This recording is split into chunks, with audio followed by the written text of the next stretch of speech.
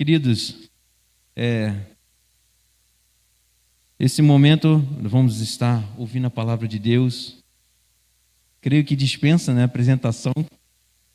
Porém, como estamos também transmitidos pela internet, esse é o pastor Oséias, meu pai, e um homem de Deus que esteve aqui diante dessa igreja por 33 anos, quase 34 anos, desses 37 que aqui passamos, e desbravou essas terras aqui, literalmente, que a nossa igreja é a primeira igreja evangélica a pisar aqui nestas terras, Então, ele tem todas as histórias de tudo que aconteceu desde o início, e é uma honra tê-lo aqui conosco novamente, nesse nosso mesmo velho púlpito, nessa mesma velha casa, para ouvir a voz de Deus através de ti. Amém, querido? Deus te abençoe. A você que está em casa, boa noite. Sem dúvida, uma alegria poder falar ao seu coração nesta noite de festa para esta igreja e também me dirigir a você que está aqui no santuário e poder ver e rever alguns dos irmãos, e pesaroso por não poder ver e rever tantos outros que sem dúvida estariam aqui. Mas esse é o tempo que o Senhor está nos permitindo viver. Quando penso em 37 anos desta igreja, eu glorifico ao Senhor em saber que lá atrás o Senhor colocou no coração de meu pai o desejo de ter uma congregação aqui, quando ele era pastor em Fragoso. E em 1980 ele disse assim: vai para lá, começa o trabalho. Começamos o trabalho. Em 84 a igreja foi organizada, dia 7 de abril. Então, 4 anos de trabalho, e dia 7 de abril a igreja foi organizada, e pela graça do Senhor pudemos estar aqui com os irmãos. Hoje estou ali na Igreja Batista Segunda em Fragoso, que é a mãe dessa igreja. Então retornei à casa de onde me casei, onde fui ordenado no ministério e onde fui encaminhado para cá, e retorno para lá. E também pastoreando interinamente a Segunda Igreja Batista de Vila Serrana, ali em Fragoso. Queridos irmãos, 37 anos. 37 anos de bênção, 37 anos servindo ao Senhor, louvando ao Senhor neste lugar, e percebendo o crescimento da igreja na presença do Senhor. Mas eu quero trazer-vos à reflexão o texto que está exatamente escrito por Jeremias, no capítulo de número 29,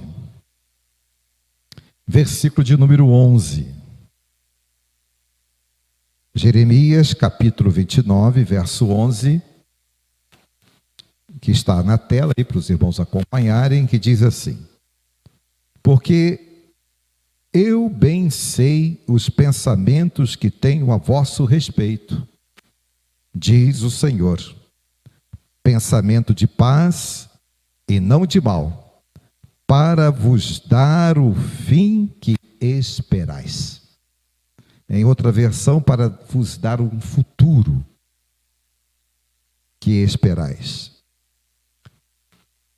Os dicionários traduzem a palavra esperança, e é isto que gostaria de trazer para a nossa reflexão. A palavra esperança, tão necessária para este tempo.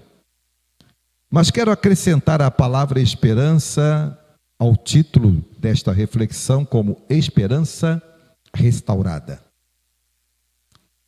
Como eu dizia, os dicionários traduzem a palavra dizendo que é sentimento de quem vê como possível a realização daquilo que deseja, confiança em coisa boa, fé. Sem dúvida é um significado interessante. Mas no texto do profeta Jeremias, ele está tratando de um momento significativo da experiência de Israel. O momento em que aquele povo estava cativo na Babilônia, sem esperança. E o Senhor traz aquele povo a refletir que ele estaria pronto a restaurar as esperanças de Israel. Israel ficou em Babilônia durante 70 anos. E você pode imaginar ficar 70 anos longe da terra, longe de tudo, e principalmente porque foi para aquele lugar devido à sua própria desobediência.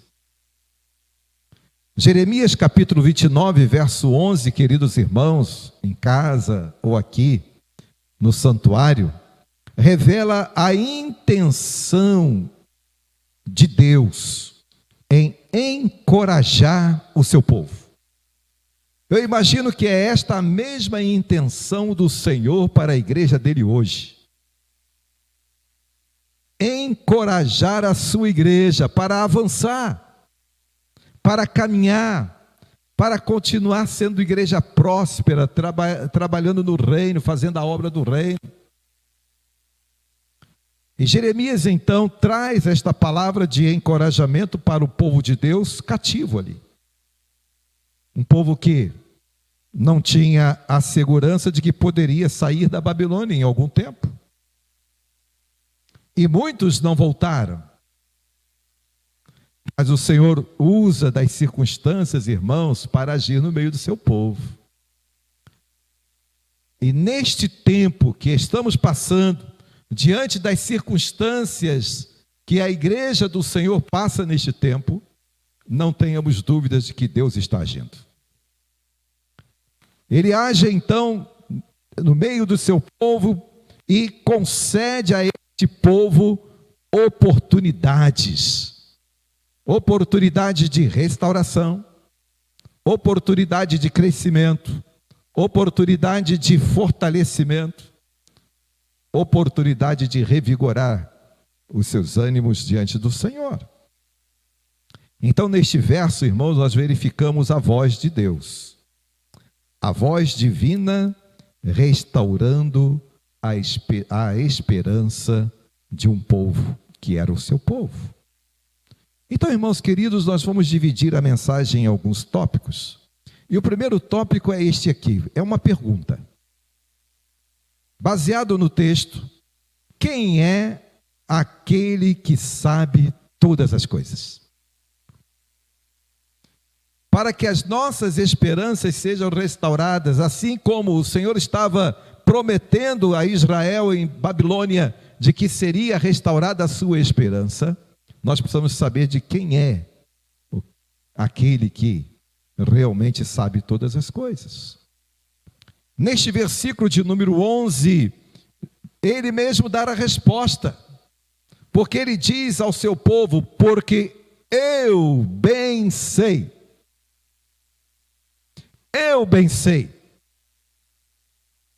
eu sei, eu mesmo sei, eu sozinho, não os falsos profetas, aqueles que nada sabem dos meus propósitos e até mesmo fingem saber.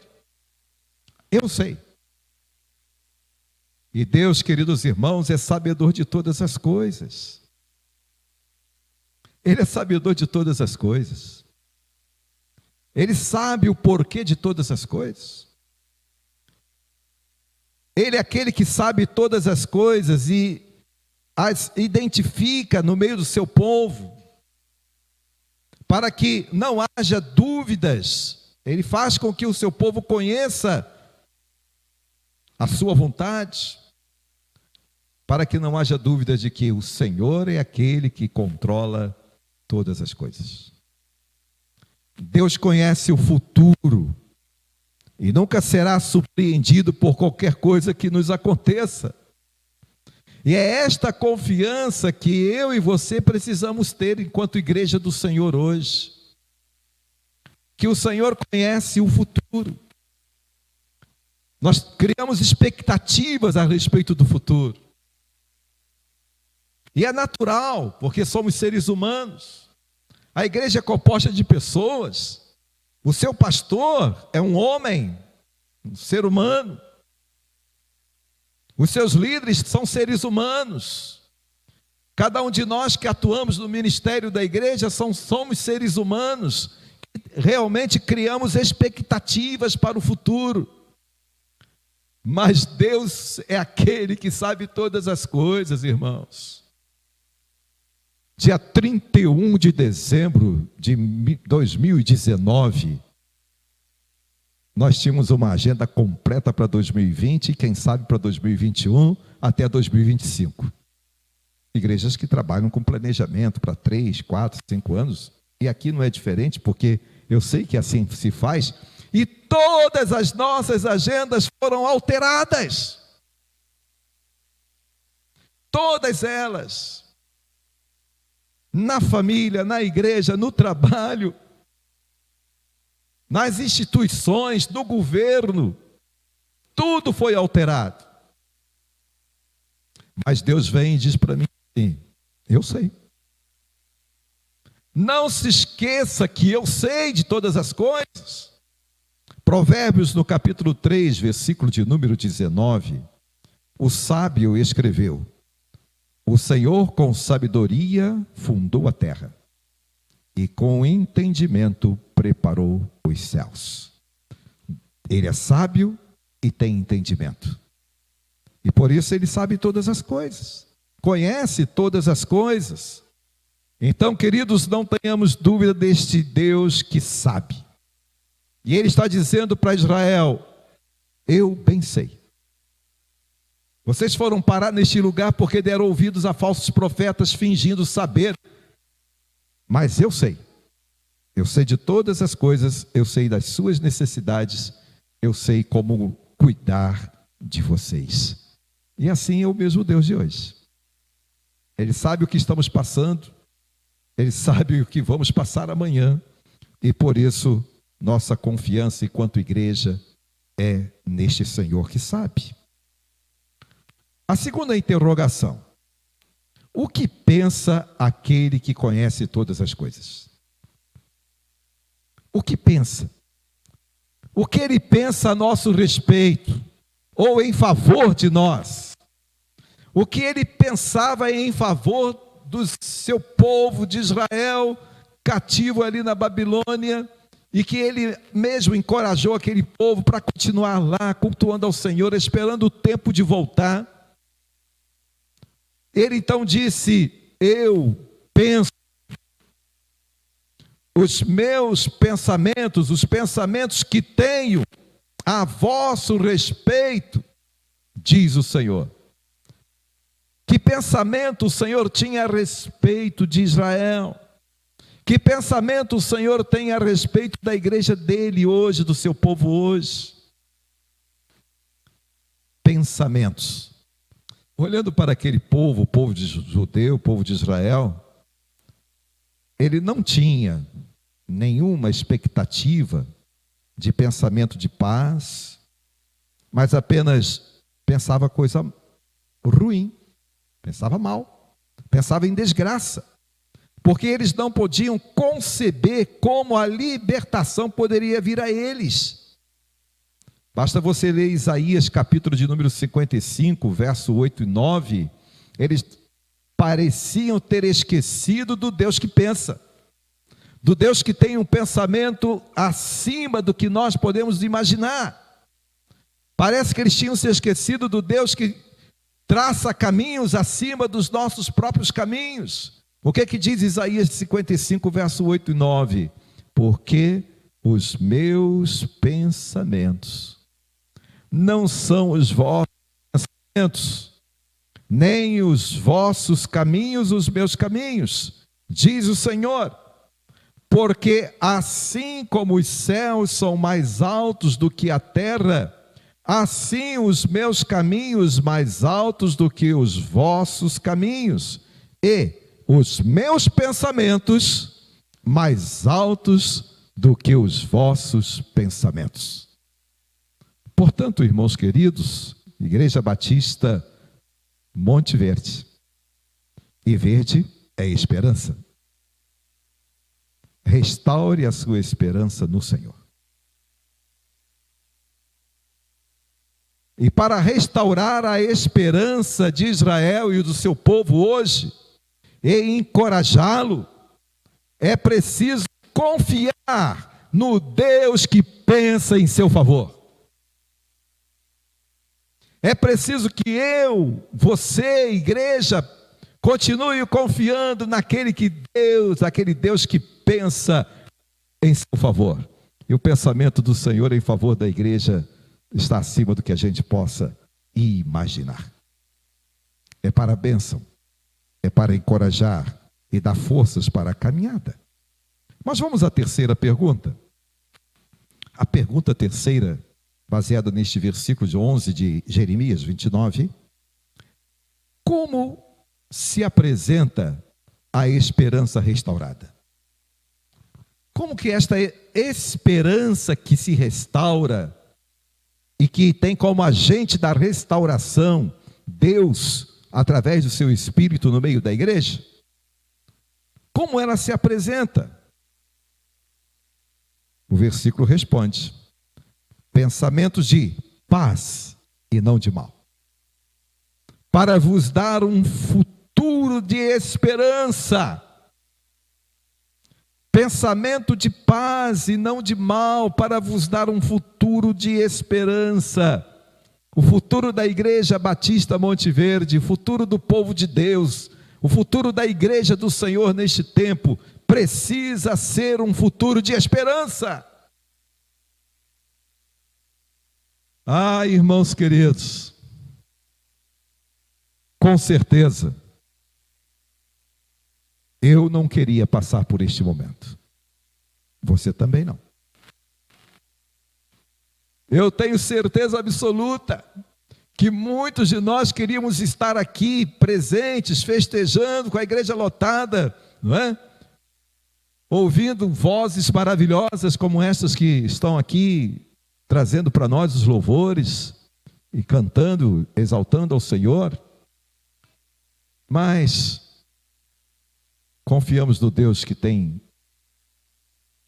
provisão para a igreja dele. E Deus cuida da igreja e restaura a igreja e traz à igreja um futuro de paz e de esperança. Nesta parte final estão exatamente propósitos divinos, os propósitos do Deus para a igreja, a restauração completa do seu povo. No lugar de mal, o Senhor promete paz. A paz para o seu povo. E como nós precisamos pensar nesta paz, não é? Um futuro de esperança. Literalmente, aquele que pode ver e atender a minha, a sua, a nossa expectativa. Mas as expectativas do seu povo lá nos dias da Babilônia não eram boas. Mas o Senhor diz que conhece a vida deles e que iria restaurá-los e trazê-los de volta. E Deus as conhece, assim como também conhece as nossas expectativas. E como Deus conhece a minha e a sua expectativa, a expectativa das nossas igrejas, da igreja do Senhor, este Deus que conhece promete dirigi-las conforme o seu propósito. Deus promete dirigir a expectativa da igreja conforme o seu propósito. Portanto, assim como Deus restaurou a esperança de Israel, que ao final de 70 anos pôde voltar à sua terra natal, Deus é aquele que quer restaurar também as nossas esperanças neste tempo. Que Paulo, escrevendo a Timóteo, diz que são tempos difíceis. E sabemos que são tempos difíceis, mas é neste tempo que o Senhor nos revigora e restaura a nossa esperança. Então, irmãos queridos, diante dessas 3 interrogações e podendo perceber este versículo trazendo-nos a resposta, o que a gente aprende então para aplicar às nossas vidas hoje, com a experiência de Israel no passado e a igreja hoje? Aprendemos, irmãos, que temos um Deus que nos diz: eu sei. Um Deus que conhece, um Deus que nos diz: eu sei. Por isso podemos confiar e renovar nele a minha, a sua, a nossa esperança. Mesmo sendo um tempo difícil. E como está difícil, irmãos? Abrir as mídias sociais e ver pessoas sendo afetadas, famílias sendo entristecidas pela perda dos seus entes queridos. Mas Deus diz para mim e para você, consolando o meu coração: eu sei. Aprendemos que é indispensável confiar no Senhor que sabe. Que no seu pensar, na sua forma de pensar, Ele age em favor do seu povo. Ele age em favor da sua igreja, independente de circunstâncias. Independente de qualquer circunstância, o Deus poderoso, o Deus que confiamos, o Deus que sabe, age em favor da sua igreja. Aprendemos que a esperança, quando é restaurada, ela gera paz, gera confiança nas providências e provisões divinas. Nos anos 60, mais exatamente de 65 até 70, quando talvez só eu aqui era nascido, né? Porque todo mundo aqui é jovem, todo mundo aqui é novinho. Nos anos 60 e 70 só eu era nascido, né? Olha aqui, vejo todo mundo jovem. Pois bem, os batistas brasileiros empreenderam uma grande campanha evangelística que permitiu à igreja do Senhor naquele tempo, os batistas, um crescimento espantoso. E o tema daquela campanha, os que nesse tempo que estão em casa ouvindo, ou que aqui estão, era: Cristo é a única esperança. Mas esse tema ecoou por muito tempo, já temos, inclusive, tem um hino no cantor cristão com este tema. E pensar nesta frase, irmãos, então é lembrar daquela campanha de evangelização dos anos 60, quando milhares de brasileiros restauraram as suas esperanças em Jesus. E quando eu olho para este momento, eu posso pensar que Deus está usando as circunstâncias deste tempo para que a nossa esperança em Cristo seja restaurada. Olha o que diz Paulo escrevendo aos Romanos, no capítulo 5, verso 13. Ora, o Deus de esperança vos conceda de todo gozo e paz, em crença, em confiança, para que abundeis, enriqueceis em esperança, pela virtude do Espírito Santo no meio da igreja. O Deus da esperança faz-nos abundar, enriquecer-se nesta esperança. Portanto, queridos, concluindo a palavra que o Senhor tem para nós nesta noite, nossas vidas e igreja pertencem ao Senhor. A minha vida, a sua vida e a igreja do Senhor somos propriedade de Deus.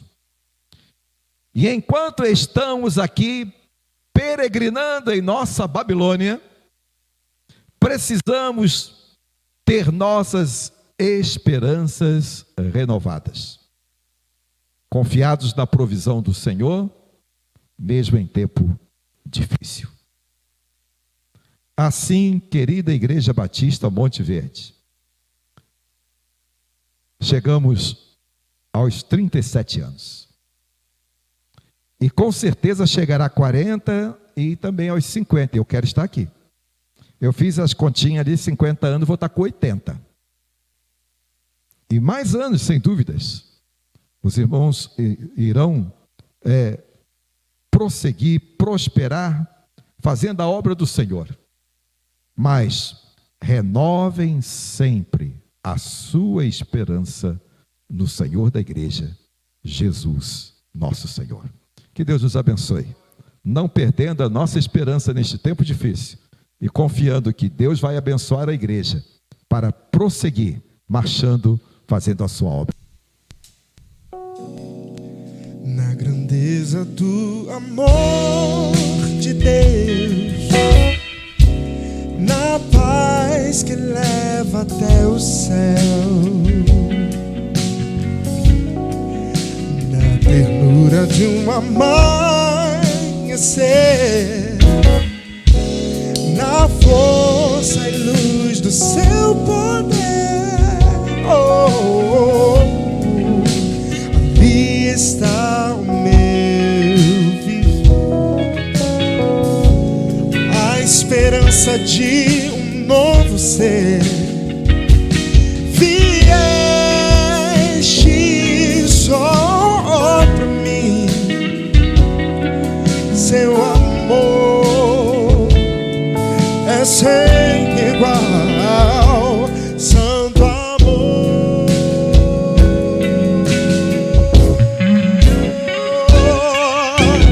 Nada vai me separar do teu amor, meu Cristo. Nada vai.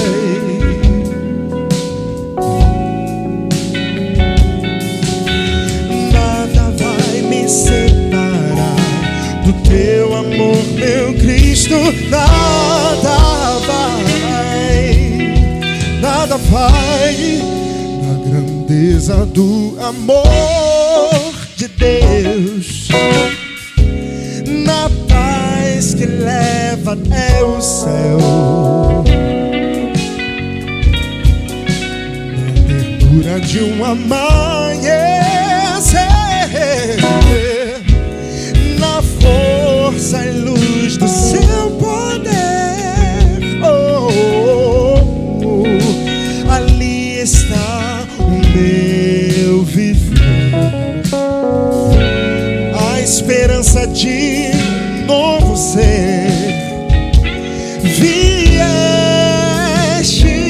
só por mim,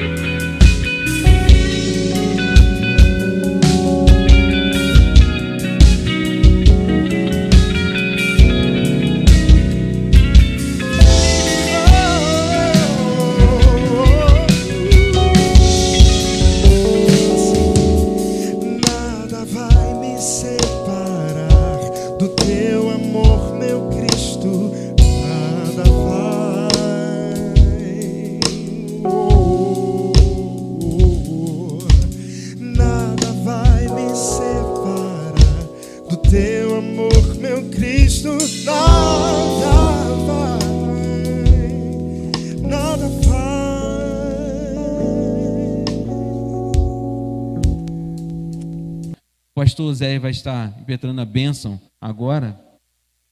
Senhor Deus, que o teu grande amor e a graça redentora de teu Filho e a comunhão santa e doce do teu Espírito, as esperanças restauradas pelo teu Espírito em nós, seja com a tua igreja reunida neste santuário, com aqueles que estão nos ouvindo em suas casas, e com todo o teu povo espalhado pela face da terra, agora e para todo sempre. Amém.